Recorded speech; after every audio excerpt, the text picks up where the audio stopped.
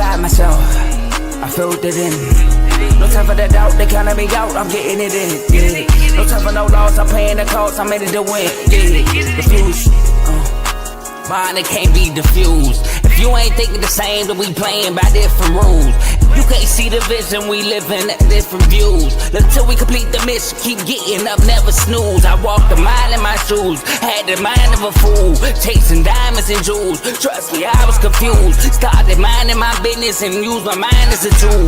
Ended up finding my purpose and found the time to get to it. They told me I couldn't do it, they told me I couldn't make it. They sold it, could never break it. That's sadly mistaken. I need a piece of the pie, I want it so bad I can taste it. They told me like Toby, keep on running toes, they gon' take a few to lose. Built the win, applied myself, I filled it in. No time for the doubt, they counted me out, I'm getting it in, yeah. No time for no loss, I pay for the cost, I'm winning to win, yeah. Refuse to lose, I built the win, applied myself, I filled it in.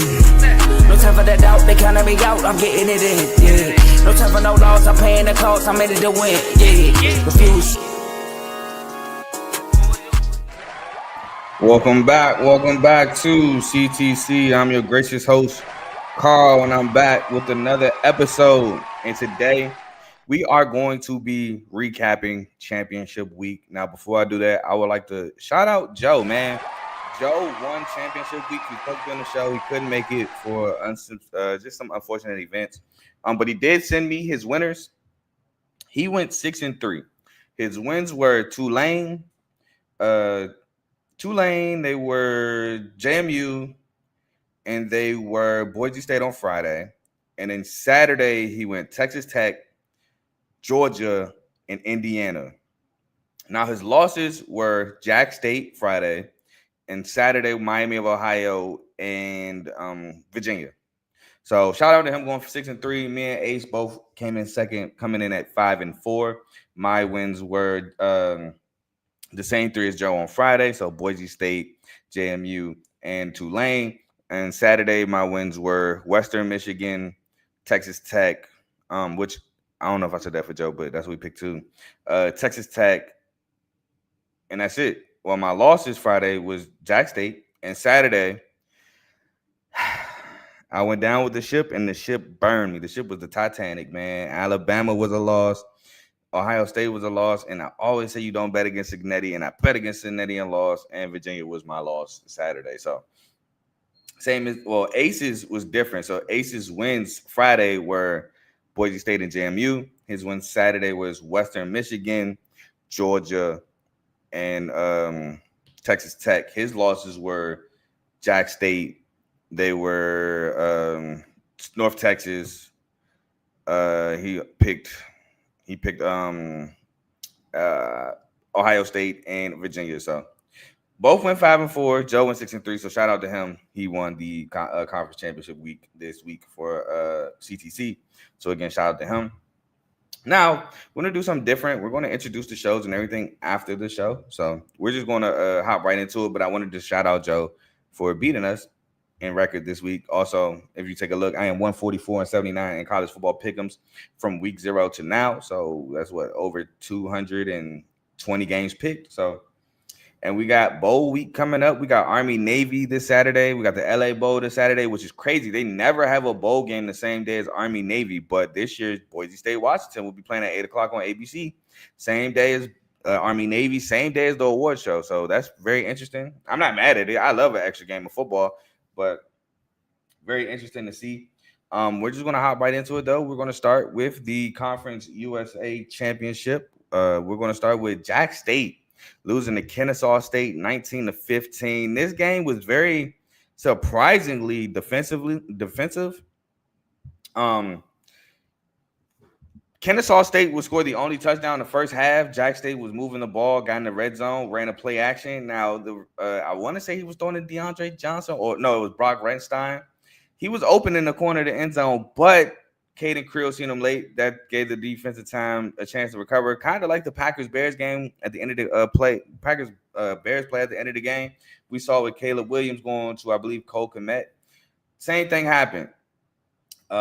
Took too long, seen him late, tried to make a throw, was intercepted. But That was the first half, so it was a touchback. And then Kennesaw State just drove right down the field, scored a touchdown, being their only points in the first half. Kennesaw State would then in the second half drive down, get a field goal, then get stopped on a 4th and goal, which I thought was a touchdown. I'm pretty sure everybody thought that 4th and goal at the one was a touchdown by Mario Odom, but it was called stop short. But it led to a Kennesaw State safety going up 12-0 late or early in the 4th.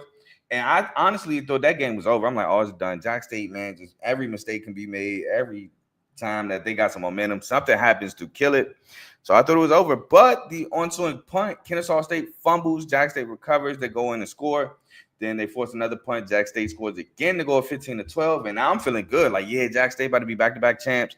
Oh, I'm happy about this. Like, I've developed a special place in my heart for Jack State, man. So I'm super happy. I'm ready. Like, yeah, all we need is one stop, Jack State. We can run the ball, run the clock out.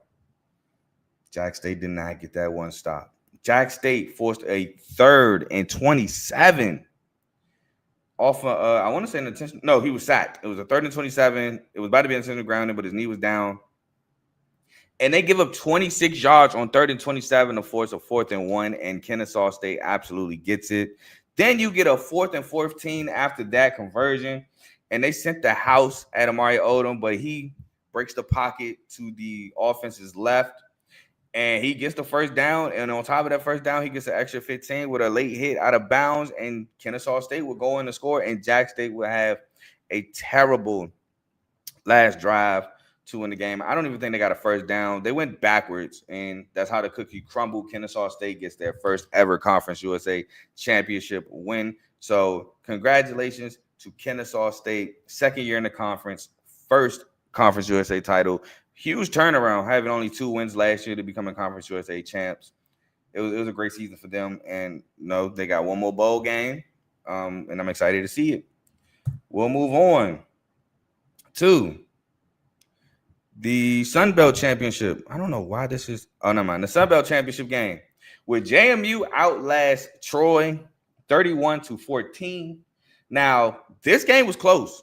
Don't let the final score confuse you. This game was close throughout. Troy scored the first touchdown, actually. JMU scored the first points. They got a field goal, but then Troy would come down and score their first touchdown, going up 7-3, but JMU would quickly respond with a touchdown on their own, going up 10-7 before Troy, I believe Troy took the lead at JMU would score again, going up 17-7, and Troy would score their last points in the second half, going up making the game 14-17. And that was the score throughout the entirety of the second half for real. Until Wayne Knight broke a big run late in the, or I want to say mid-4th in the 4th quarter. He broke a huge run.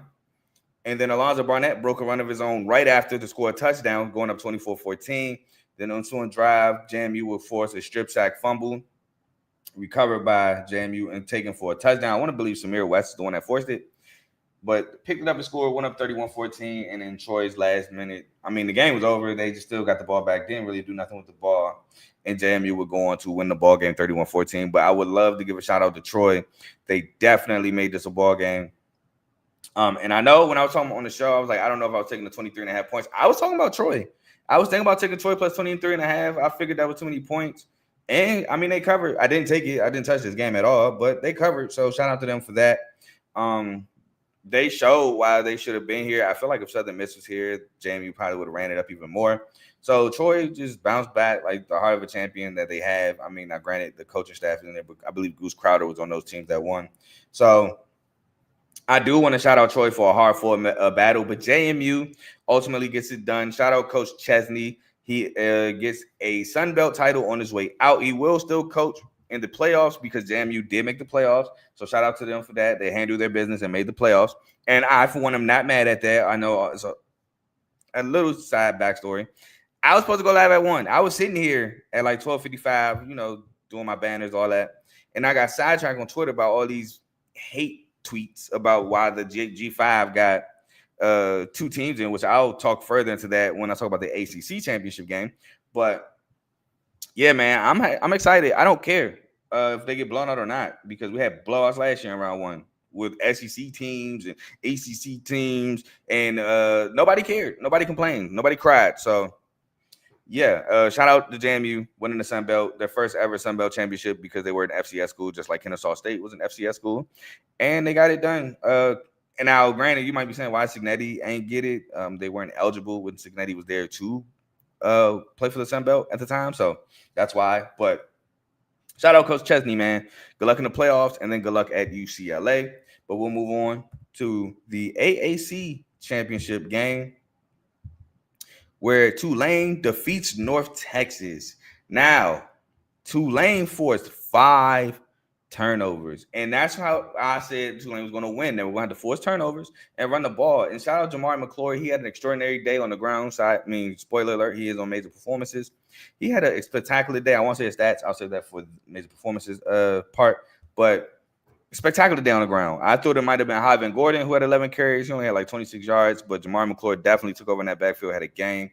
Drew Mastermaker, man, a day I know he wish he could have back 2 touchdowns, 3 interceptions, including one in the red zone. North Texas did try to make this a game, late game, scoring back-to-back touchdowns after throwing a pick in the red zone.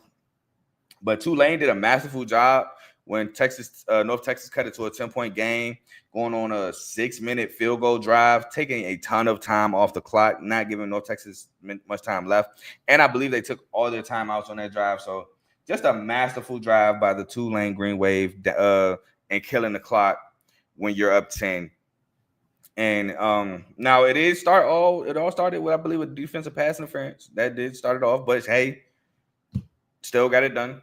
And Tulane, just like I predicted in the preseason, is your AAC champs. They too also made the college football playoffs, which I am also excited for because, hey, they handled their business. I think what a lot is lost in these whole discussions about teams not making the playoffs or teams shouldn't be in is that I think what's lost in all this is handling your business. Teams didn't handle their business. And shout out to, and I know they have nothing to do with this episode, but I saw Clark Lee say that he's not blaming anybody, that they had shots at both Bama and Texas and they didn't handle their business. And I think that's the right way to look at things. You control your own destiny at the end of the day. And if you lose games, this is your fault. So shout out to Coach Lee, man. Shout out to Vanderbilt. But ultimately, shout out to Tulane for getting the job done, making the college football playoffs, and good luck against Ole Miss in the rematch. We're going to move on to the last championship game. That was Friday, the Mountain West Conference Championship game, which Boise State absolutely destroyed UNLV. Now, UNLV did make it a game at one point, coming back down 28-21, but then Boise State will rattle off the last 10 points to keep UNLV at bay. They went up as much as 21 donut, just like last year. And then I was like, dang, this is about to be like last year. They go up 21-0. Offense kind of stalls out. UNLV scores a touchdown, but it won't matter. But that's not really what happened. UNLV, like I said, came back, got it as close to 28-21 before Boise State went on a touchdown drive right after that, killing clock, and then UNLV punted on 4th down. Boise State punted, but they just couldn't get any scoring going after 28-21. Boise State kicks a field goal to make it a 3-possession game. And that basically was the ball game. And shout out Coach Spencer Danielson, man.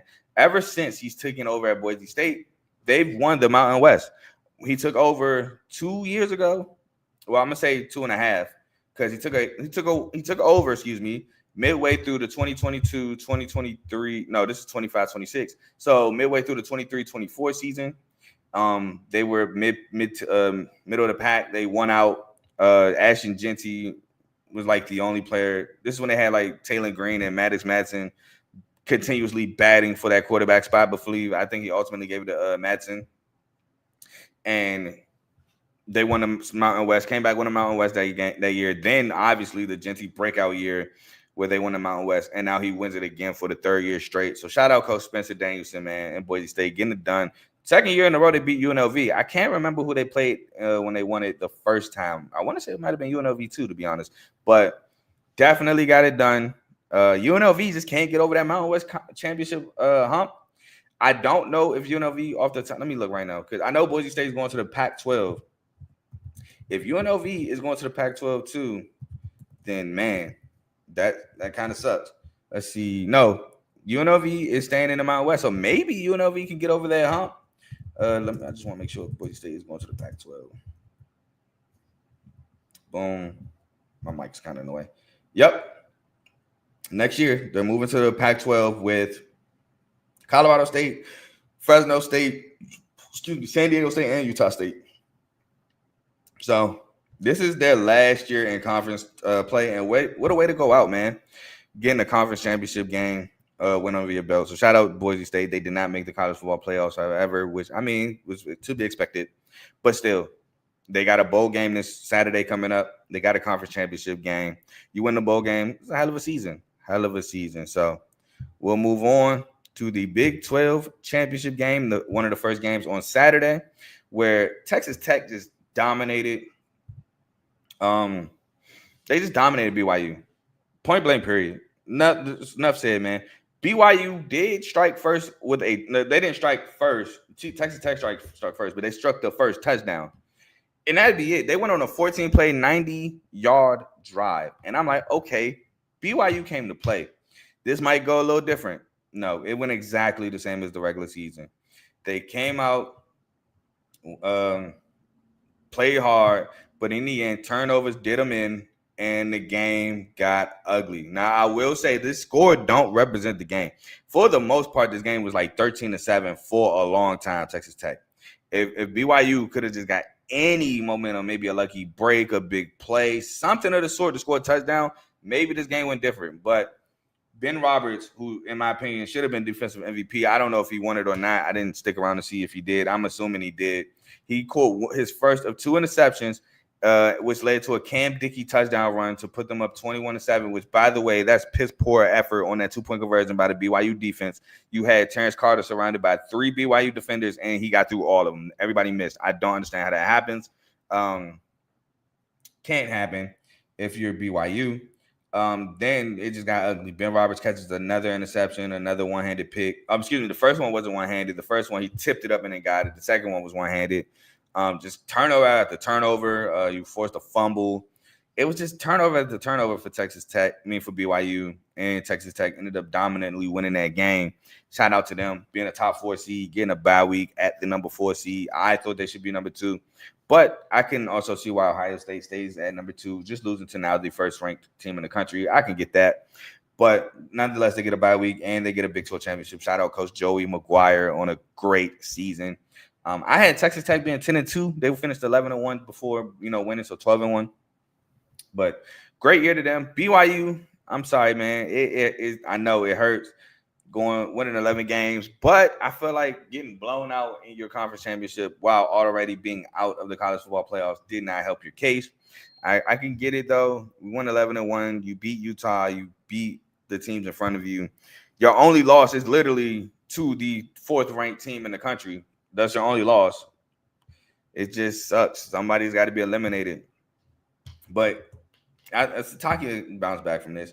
We move on to the MAC championship, and shout out Western Michigan winning their second MAC title. They won one in 2016.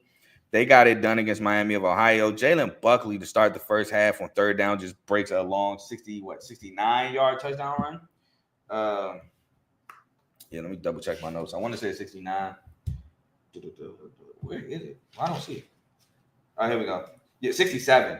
67-yard touchdown run. Hopefully ain't no kids watching. But after that, Miami of Ohio will come down and score a touchdown. Their own Cam Perry catches an amazing catch on the sideline.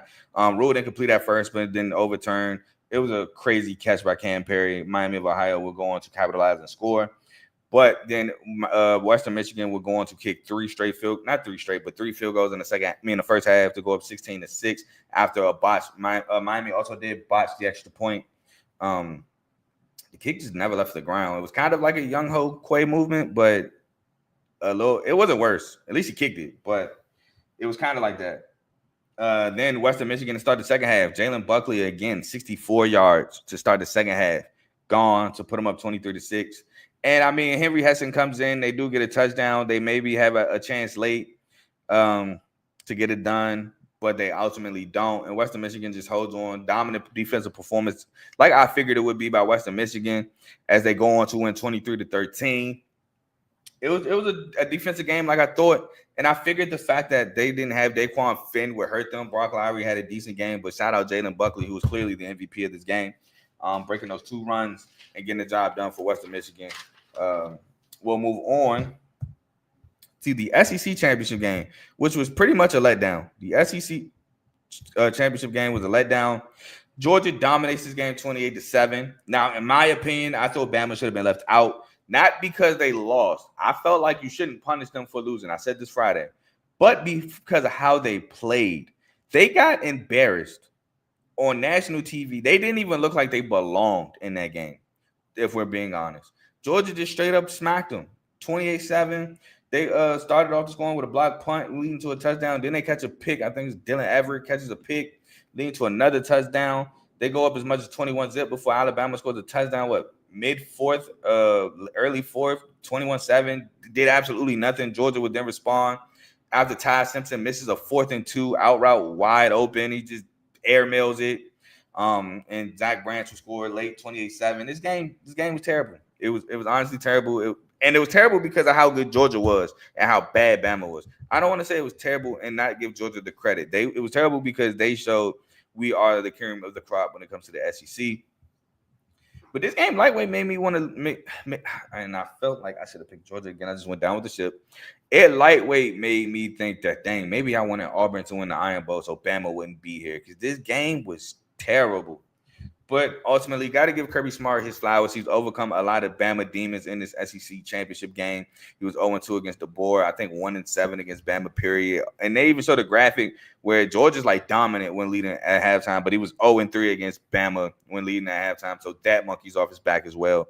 And just, shout out to Georgia, man, getting another SEC championship on the way to the college football playoffs where they earned a bye week as the 3 seed in the tournament. So shout out to them. But I ain't going to spend too much on this game. We're going to move on to the Big Ten Championship. And now this is the game. This was a game. This was a very defensive game. Indiana struck first with a field goal.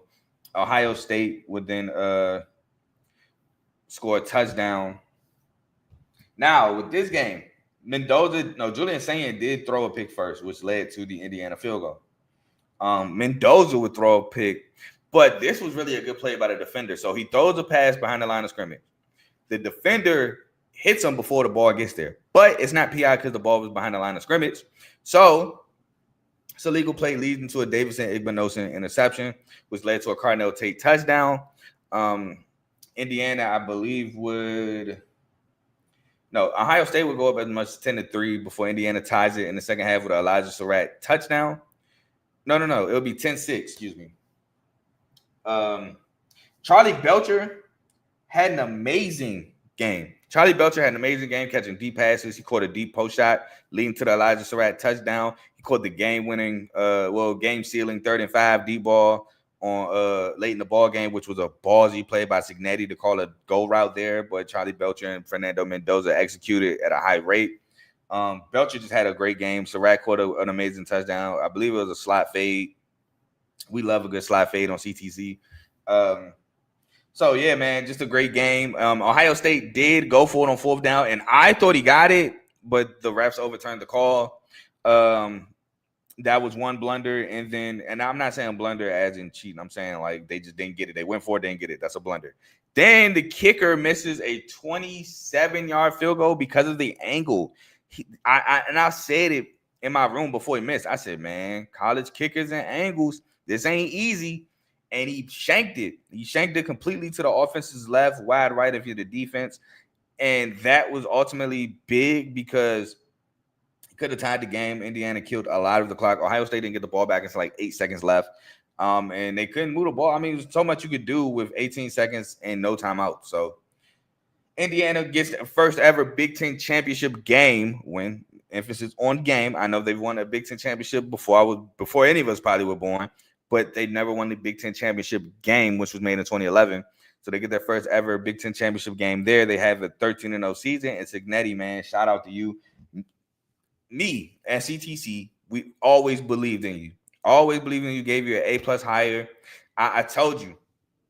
I will say, you surpassed my expectations. But I knew this was a great hire for Indiana. I knew he would do great things. I didn't see a Big Ten championship this early. I didn't. But I didn't even see them competing for their natty, period. I thought he was just going to be a great coach at Indiana, get get wins, show people why he's a great coach, probably even move on. I thought he was going to use this to move on to a bigger program, but he's even exceeded my expectations. But I did tell Joe, Cignetti is one of the best coaches in college football before he's done all this. And Joe can attest to this. Me and Ace, we've always been on the Cignetti train, which is kind of why we've been, when me and Ace do episodes about the group of five, that's why we were talking about JMU so much, because of Cignetti. So, yeah, shout out to them boys, man. And this is why I had Indiana going 11-1. I had them only losing to Oregon, which they won that game. So I had them going 11-1 this year because of Cignetti. So, yeah, again, shout out to Cignetti, man. I think he's the best coach of college football. You can say I'm living in the moment. I've been thinking this for some time now. This is not just because he did this. I've been thinking this for a while. So I'm not living in no moment. He's just proving me right as we go on. So shout out Cignetti. Shout out Indiana. And, hey, Michigan State's clearly not in the college football playoff. They're not even in the bowl game. Unless, hey, man, a lot of them teams been declining. Michigan State might get a chance. I'm rooting for Indiana to win it all. I'm going to just let y'all know right now. I'm rooting for them to win it all. But we got to move on to the last conference championship game, which was the ACC Championship game, which was everybody's favorite game, right? Yay. No. Duke wins this one 27-20 in overtime. And I'm not going to lie. I thought Duke had no shot. I thought they had no chance. I thought this Virginia defense would smother Duke. They did a great job in the first game at Duke. I thought they would smother the run again. But, hey, Duke said no. We're not gonna go for it again. You gonna feel this. And they first drive, they came out and scored. Virginia came out, I believe, Virginia came out, didn't score. No. I think they both came out and scored from remember correctly. No, they missed the field goal, down 7-0. So they went down and missed the field goal. But then Darian Mincer did throw an interception, which would lead to Virginia tying the ball game. I'm like, all right, 7-7, okay. This is where Virginia kind of takes over. Duke threw the pick. Virginia got momentum. But no, this is where Duke then goes on a long drive, converting third downs, converting fourth downs. I believe this was the drive where they went like 4th and 7, and Virginia jumps off sides, forcing a 4th and 2. Duke goes for it and gets it. Then 2nd and like 9, everybody and their mother is surrounded. Nate Shepard, and he just breaks out of there for a touchdown to go up 14-7. And this one I'm like, oh, wait a minute. Duke might actually win this. Virginia ain't come to play. That defense ain't come to play. And I get it. They're missing Cam Robinson. And then the replacement Marcellus, he also kind of got banged up. But there's no excuse for that one on that second down touchdown run. There's no excuse for that. Then both teams start the second half with field goals. And then for real, Duke kind of slowed down on the scoring. But Virginia did too, and Virginia really didn't capitalize until the end of the game on that last game-tying drive by Chandler Morris, which was a great drive by them to tie the game. And I thought Duke might take a shot, and if nothing happens, then take a knee, but they just took a knee and took it to overtime. And it turned out to be the right call because Duke scores on overtime fairly easy. They scored fairly easy. I don't think it was hard at all. And then Virginia comes out and on the first play runs some trickery, and Chandler Morris throws a pick, leading to Duke winning 27-20, leading to the chaos we have now. So, in my opinion, first of all, shout out Duke for winning the ACC. This is the first time they ever won the ACC. Second time they've been in the ACC Championship game where they got spanked by Florida State. But they got it done nonetheless. Shout out Coach Manny Diaz getting it done at the ACC level. But this is why we have 2 Group of 5 schools in. Virginia wins. JMU is not in. They are eliminated. But because the ACC is full of teams who can't handle business, Georgia Tech is included in this. Miami kind of included in this because they should have been in they were the best team in the ACC. They should have been in this game, but they couldn't handle business when need be. They don't have representation except for Miami being an at-large bid. So for all those complaining about JMU, I don't see much slander being sent towards the University of Virginia for not handling business and winning the ACC and making the college football playoff. This is all University of Virginia's fault. Let's not get this misconstrued. University of Virginia wins. They're in over JMU. Tulane gets in from the automatic Group of 5 qualifier. JMU has no shot. So y'all need to be mad at the ACC and not be mad at the committee or JMU or Tulane. Those 2 teams handle business. Virginia did not, and now you got what you got. So I need to see more slander or whatever you want to call it sent to the teams. Let me not say slander, but if you're going to blame anybody, let me say that.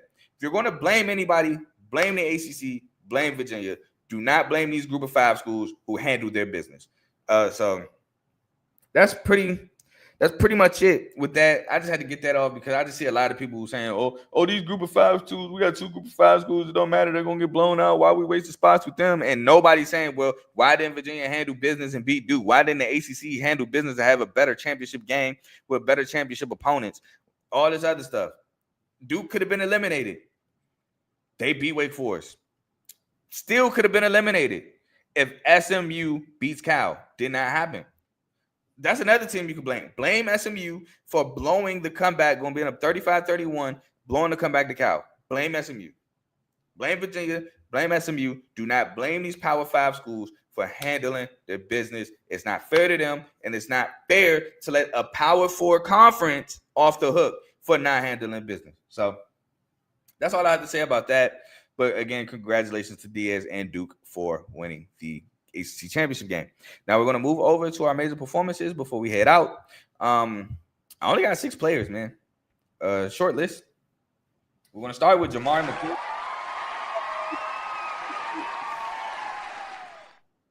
Miles Cole. Wayne Knight, a running back for James Madison, 21 carries, 212 yards and a touchdown. Charlie Becker, a receiver for Indiana, 6 catches, 126 yards. Jeremiah Smith, a receiver, Ohio State, 8 catches, 144 yards.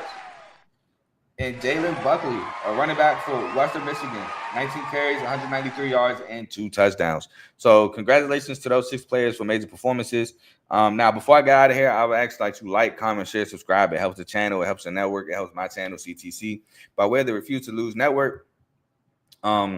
We also got shows on the network, so please like, comment, share, subscribe to them as well. We have the main show featuring Joe, Tomo, and Dave every Tuesday and Friday between 7 to 8:30ish, which I got to take the show of shame tomorrow. Ravens lost to the Steelers, so you can catch me on there doing the show of shame. We got Unfazed every Tuesday, 9 o'clock Eastern, 8 o'clock Central, featuring Joe and AJ. The Eagles play tonight, so I'm pretty sure that's going to be a topic tomorrow. The Commanders are officially eliminated, even though, in my opinion, I said they were eliminated before the Lions game. Which Joe, if you're watching, might bring that up tomorrow. So that's going to be an interesting show there. We got BWT baseball with Teddy.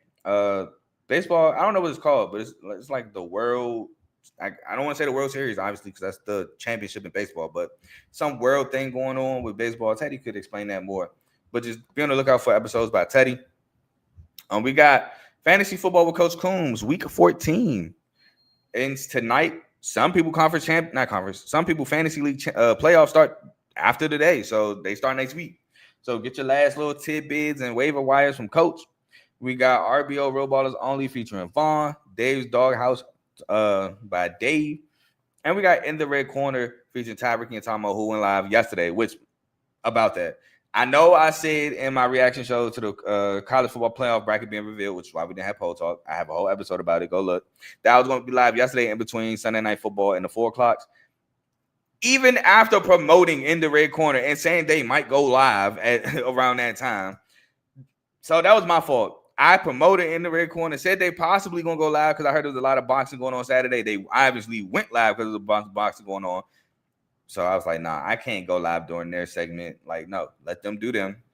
So that was on me. I just had a slow moment, so which is why I'm going live today. So shout out to them boys, all that boxing content that they do. They're on top of it. Make sure you listen to them if you love the sport of boxing. I just had a slow moment. And that's all the shows we have on our network. So please like, comment, share, subscribe. And if you like what you're listening to, stick with us. Now I will be back. I'm going to say Friday. I already got Army Navy written up. It's already written up. I'm waiting on opt-outs for Boise State, Boise State, Washington. And I got to go and do a award show. I think I'm going to just combine the two and do an award show. I might even do it Saturday morning because Army Navy's not till 3:30. But I'm going to go over the awards and the finalists and pick who I think will win the awards. So that's all going to be one episode. And then we got bowl week next week. Bowls officially start Saturday, like I said, because of Boise State, Washington. But bowl week is also Tuesday against Troy and Jack State. So we got that coming up. So I'm excited for that. But y'all enjoy the rest of y'all Monday. Ain't no real college basketball today. I mean, if you want to watch Texas versus Southern, that's probably it. College basketball really comes back tomorrow. You got Clemson, BYU. You got Michigan, Villanova. You got why am I blanking? Oh, Florida, UConn. That should be a really good game. With that one at a neutral site, kind of neutral because that Madison Square Garden, and which I don't believe that's that far from Connecticut, but it's super far from Florida.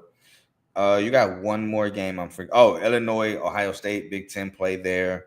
So you got some games Tuesday. Today you just got, like I said, Texas Southern. Maybe Incarnate Word in New Orleans might be a cool little game, but it's really nothing here for you to see in college basketball today. Let's see if we can find another matchup tomorrow that I like. So we go through the schedule. Nah, that's pretty much it. The games I named is pretty much the games. You got Penn State, Indiana, which might be a game. That might be a good one. So maybe tune in. But that's all I got for y'all today. I will see y'all Friday or Saturday. I'm gone. Peace.